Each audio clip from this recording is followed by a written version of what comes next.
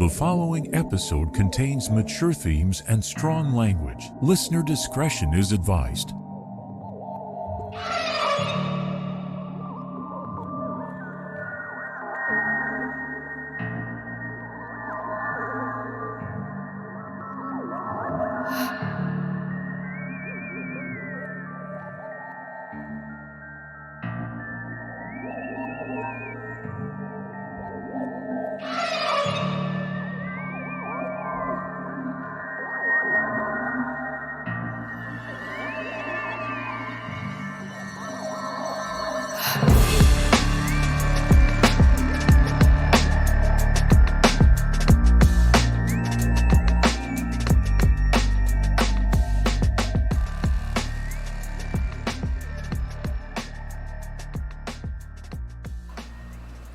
Hello, and welcome to History and Mystery in Kansas City, the history podcast about all things unsolved and unexplained in Kansas City and the surrounding areas.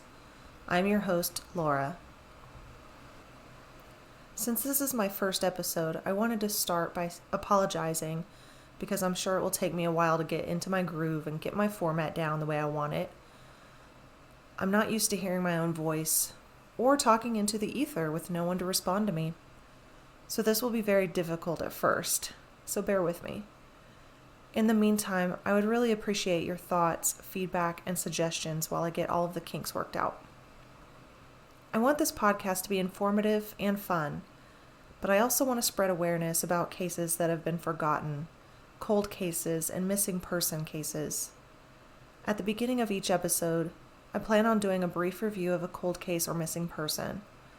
I will give as many details as I can find, so please reach out if there's anything that sparks a memory, no matter how insignificant it may seem. If any information can help a family find out what happened to their loved one, then this podcast will accomplish its goal. Each time I put out a new episode, I'll post the photos, links, references, and any other relevant information on the Facebook page, which is History and Mystery in Kansas City.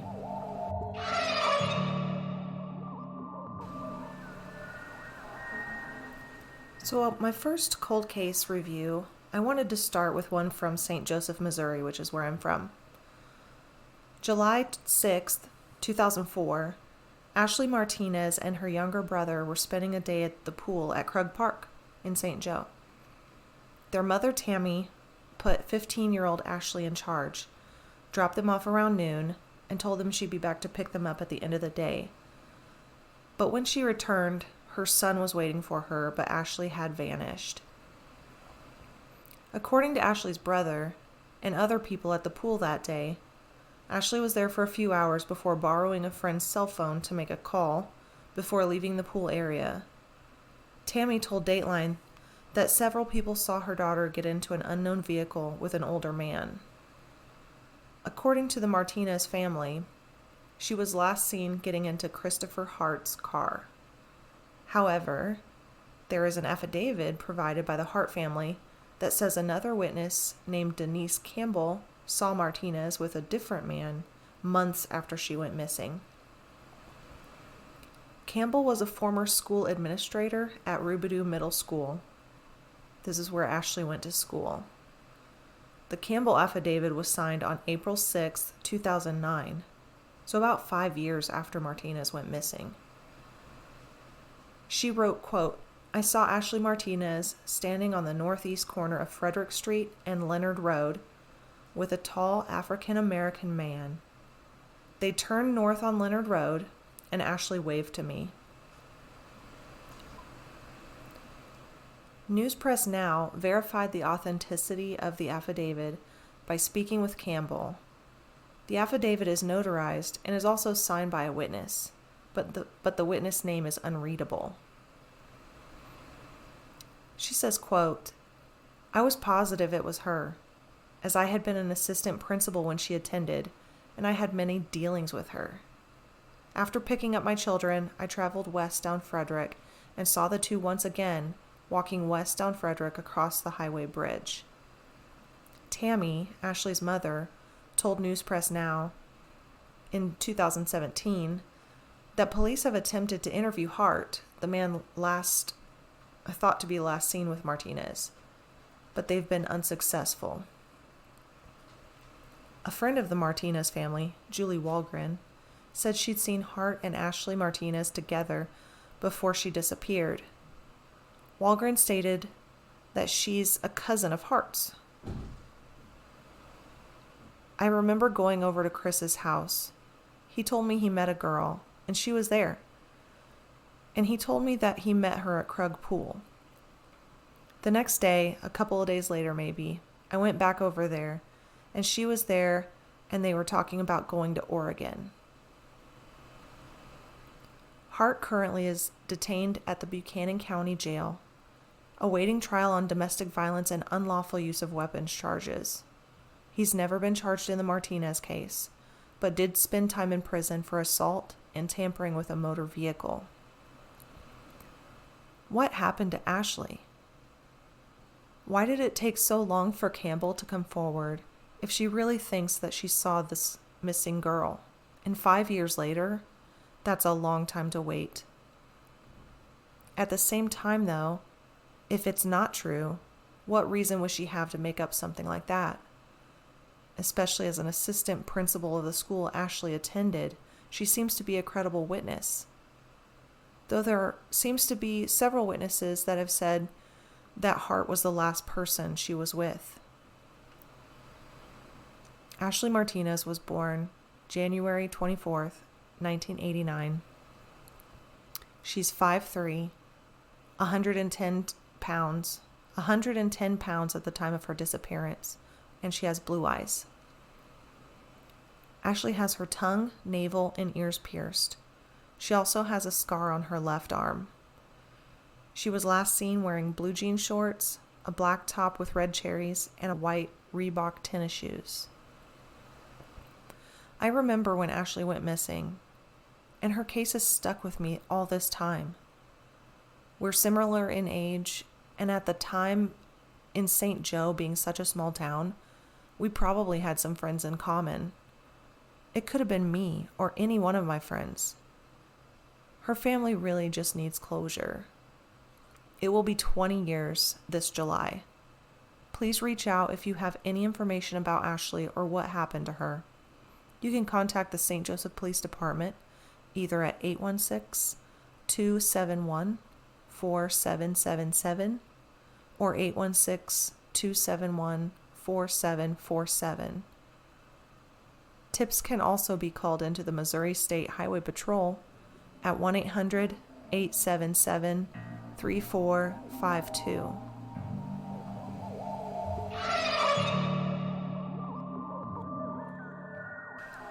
Growing up in St. Joseph, Missouri, I wanted to start off with some stories from there and some personal experiences.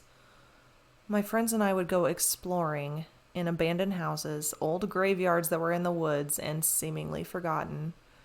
It was the late 1990s and early 2000s, so most of the places were found by simply driving around and looking for something interesting, or by rumors of hauntings and crazy stories that have been passed down from generations. Felix's grave is just one of those places.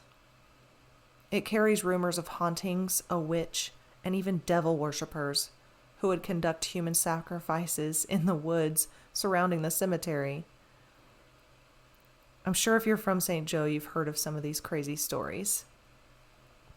It's located in the Sunbridge Conservation Area in the north end of St. Joseph. We drove to the north end a bit before sunset. We had our cameras and flashlights. We pulled into the conservation parking area and walked through the large gate. After we got through the gate, it was a narrow walking path and really tall trees on both sides, almost like you're walking through a tunnel. It was so thick it blocked out the sky. The light from the setting sun was peering through the trees, making intense shadows. After passing the gate, we all had an uneasy feeling. We weren't scared, but we were uneasy. And we chalked it up to just hearing all the rumors and the creepiness of this tree tunnel that we were in. After walking a ways, we found a tiny family plot. I now know to be called the Felix Lilliger Cemetery. It was very small, maybe 8 to 10 gravestones. And they were very old, some impossible to read.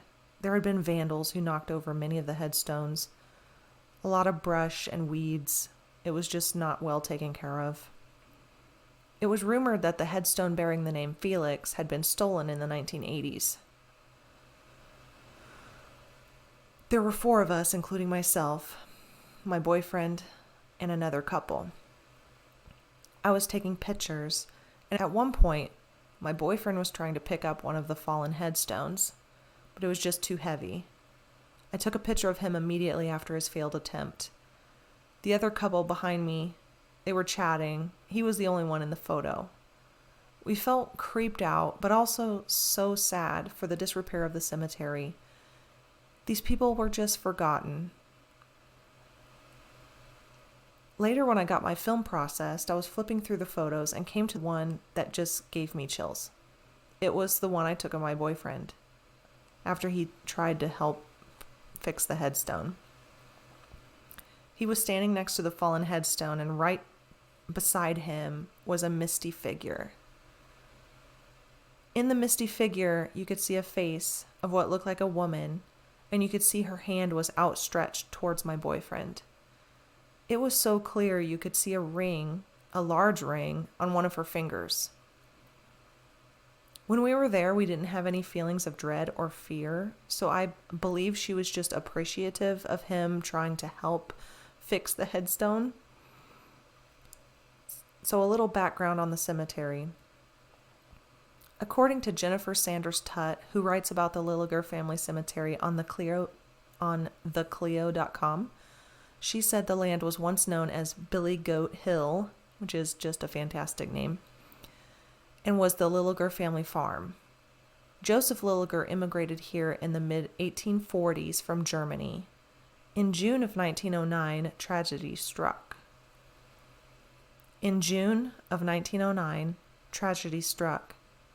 6-year-old Joseph Edward Lilliger, grandson of the elder Joseph Lilliger, fell into the south reservoir of the waterworks. His father, James, who worked at the waterworks, jumped in despite not knowing how to swim. He wanted to save his little boy. He didn't care about anything else. Another employee, John, jumped into the reservoir in an attempt to save both the boy and his father, but sadly all 3 drowned. James and his boy are both buried at the Lilliger family plot.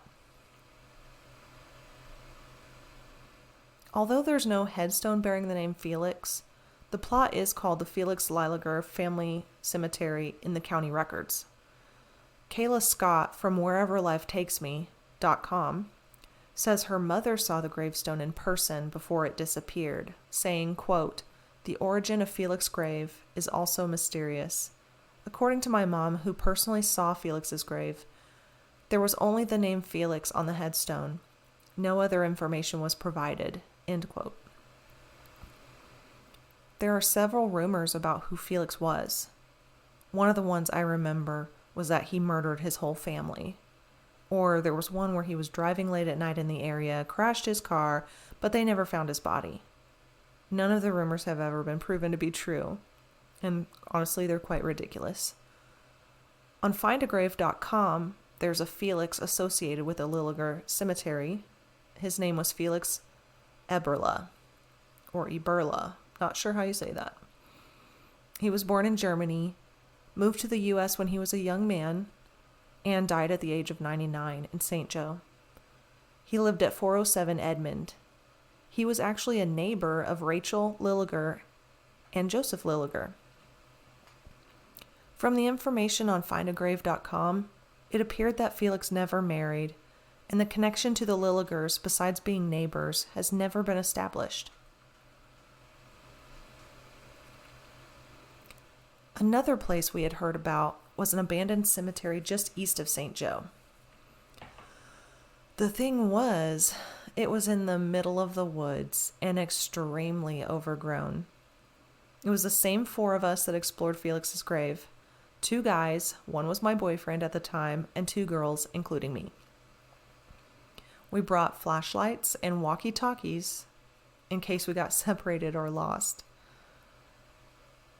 We drove out to the outskirts of town and onto this dirt road.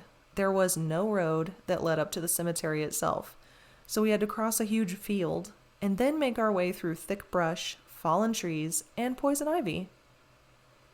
It was a great time. I should preface this by saying myself and the other girl were open-minded, believed in the paranormal, but we also had a pinch of skepticism. The two guys were both hardcore skeptics. After what seemed like 30 to 40 minutes of wandering around in the woods, we came across a small iron fence, and inside a small amount of gravestones. It was already beginning to get dark by the time we arrived because, of course, we thought that would be creepier. Smart, right? But it made it rather difficult to read the headstones and walk around without tripping on everything. The gravestones, again, were very old, very hard to read, from the late 1800s and early 1900s. We noticed also that there was a plot that had been dug, but there was no casket and it was not filled. So that for some reason creeped me out so bad. And also it was just really dangerous. We took some pictures and decided it was time to head back. Us two girls walked ahead because the guys were still reading headstones. We were kind of getting a little bit bored. We walked for maybe 5 minutes when one of the guys, who was covered in tattoos, he wasn't scared of shit, he came on the walkie-talkie and asked where we were.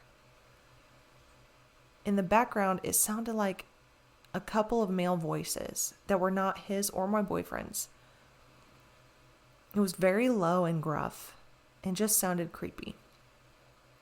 We said, "We're headed to the car." And he answered back, "There is someone out here." And again, in the background, we can hear this gruff, low male voice.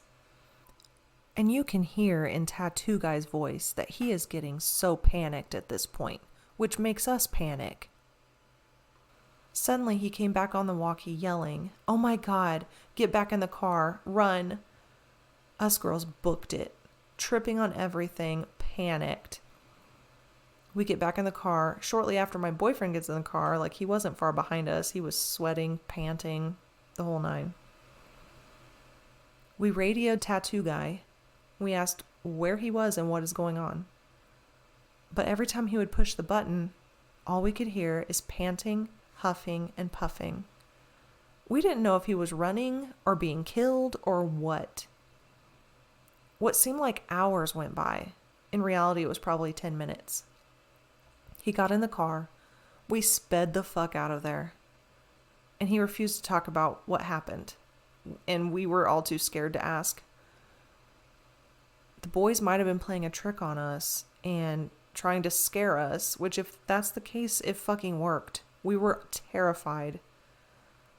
But I believe he really did experience something with the panic in his voice, his chalk white face. He seemed totally genuine. Also, after that, he never went exploring with us again. You would think that if they were just trying to scare us, a week later he would be like, we got you so good. But he didn't. A couple decades later, I learned that the cemetery is called Ozenberger Cemetery. It's also known as Mount Nemo Cemetery. I couldn't find many details about it, but there is a list of names on findagrave.com. I'm curious to know if anyone knows the history of the plot. Please let me know. Have you ever been to these cemeteries? Or any other cemeteries in St. Joe? And have any good stories you would like to share? Or do you have any topic suggestions of interest that you would like explored from Kansas City and surrounding areas? Again, please give me your feedback and any suggestions for improving the podcast. You can email me at historyandmysterykcpod@gmail.com. Don't forget to check out the Facebook page where I will post my references, photos, and contact information for the St. Joseph Police Department if you think of anything that could help find Ashley Martinez. And until next time, stay aware, alert, and alive.